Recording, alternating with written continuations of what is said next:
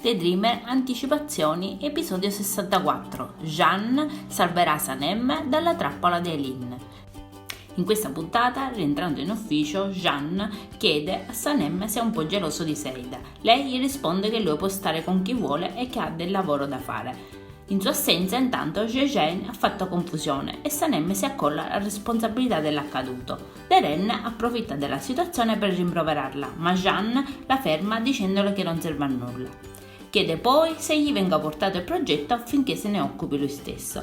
Intanto Melat chiede a Mekkibeh dove siano le sue figlie e allude alle chiacchiere del vicinato che le coinvolgono con Jeanne e Mirre. Mekkibeh poi si libera di lei e telefona a Sanem e viene a sapere che stanno andando a casa di Jeanne per lavoro, anche con Leila, ed è sicura che Sanem la stia prendendo in giro, così decide di andare a controllare, ma quando arriva trova una buona parte dell'ufficio lì a lavorare e offre a tutti il cibo che ha preparato e portato con lei, tanto gradito a Jeanne. Deren le dice che è colpa di Sanem se sono lì.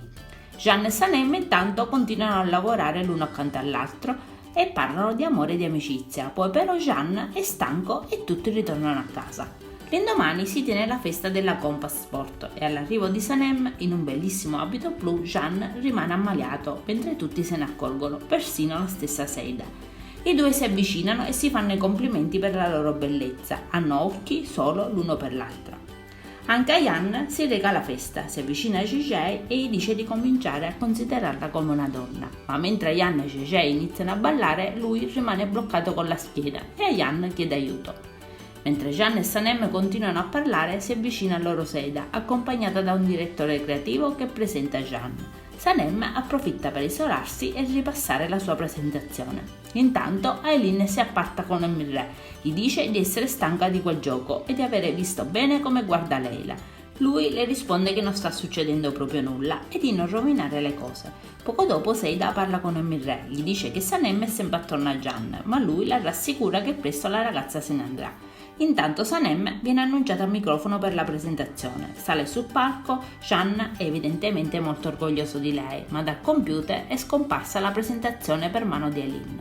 Con lo sguardo Jeanne incoraggia Sanem a proseguire e lei, grazie alla sua memoria fotografica, espone la presentazione con sicurezza, a dispetto di chi ha tentato di sabotarla e di trovare un motivo per farla cacciare dall'azienda. In molti le fanno i complimenti, poi però Sanem ha necessità di andare in bagno perché si è sporcata e una cameriera, d'accordo con Eileen, la chiude dentro togliendo la chiave. In breve tempo Seida dice di voler andare via e sollecita Jeanne, che però vuole aspettare Sanem. Quest'ultima continua a chiedere aiuto senza ricevere alcuna risposta. Allora si arrampica cercando di uscire dalla vasistas del bagno, dove però rimane incastrata con la testa e le braccia fuori. Intanto Jeanne, che sta tornando indietro, non ha voluto seguire gli altri senza di lei e la trova lì. Sanem gli spiega l'accaduto, ma non capisce come possa essere successo. I due parlano a lungo in quella strana circostanza, ironizzando anche sulla situazione. Poi Jeanne cerca di tirarla fuori e ci riesce, nonostante lei si lamenti per il solletico. I due si trovano vicinissimi. Jeanne la invita a rientrare e Sanem gli risponde che deve cominciare ad andare. Lei giungerà dopo. Jeanne vuole che arrivino insieme, ma lei gli ripete che non possono farlo perché lui è il suo capo e lei è una semplice dipendente e non può stargli sempre appresso, soprattutto perché non vi è nemmeno un valido motivo. Jeanne le dice che vuole che entri con lui come sua fidanzata. Lei ribadisce che sono amici. Allora Jeanne le prende il viso tra le mani e la bacia.